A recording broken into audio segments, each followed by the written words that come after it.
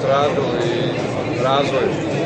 A to je da smo nakon više godina trajanja različitih vrsta aktivnosti i nastojanja da se taj projekat završi, ipak uspjeli do ove godine da privedemo kraju sve pregovore i da potpišemo ugovor o velikoj rekonstrukciji i velikoj investiciji na rudniku i termoelektrani ovdje u Ugljeviku, koja je negdje oko 80 miliona eura. To je projekat odsumporavanja. To je u stvari najveća investicija u Ugljeviku nakon što je izgrađena termoelektrana 80. godina.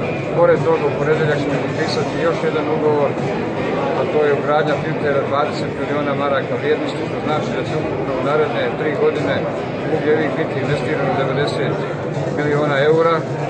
To jasno govori o tome da ovo naše nastojanje koje ostvarujemo na pozicijama gdje se nalazi izvršna vlast Republike Srpske oslikava program socijalista koji grade i stvaraju, koji predlažu rješenja i realizuju, koji su konstruktivni, koji ne ruše, oni koji promovišu potrebu povezivanja i saradnje i pri tome također vodimo računa da svaki kraj Republike Srpske ravnomjerno razvijamo, postičemo taj razvoj instrumentima koji stoje na raspolaganju kako lokalnoj vlasti, tako i Republici Srpskoj. Mi ostajemo doslovni svojih programskih političkih uverenja, jer socijalisti su politička snaga koja razvije uverenja da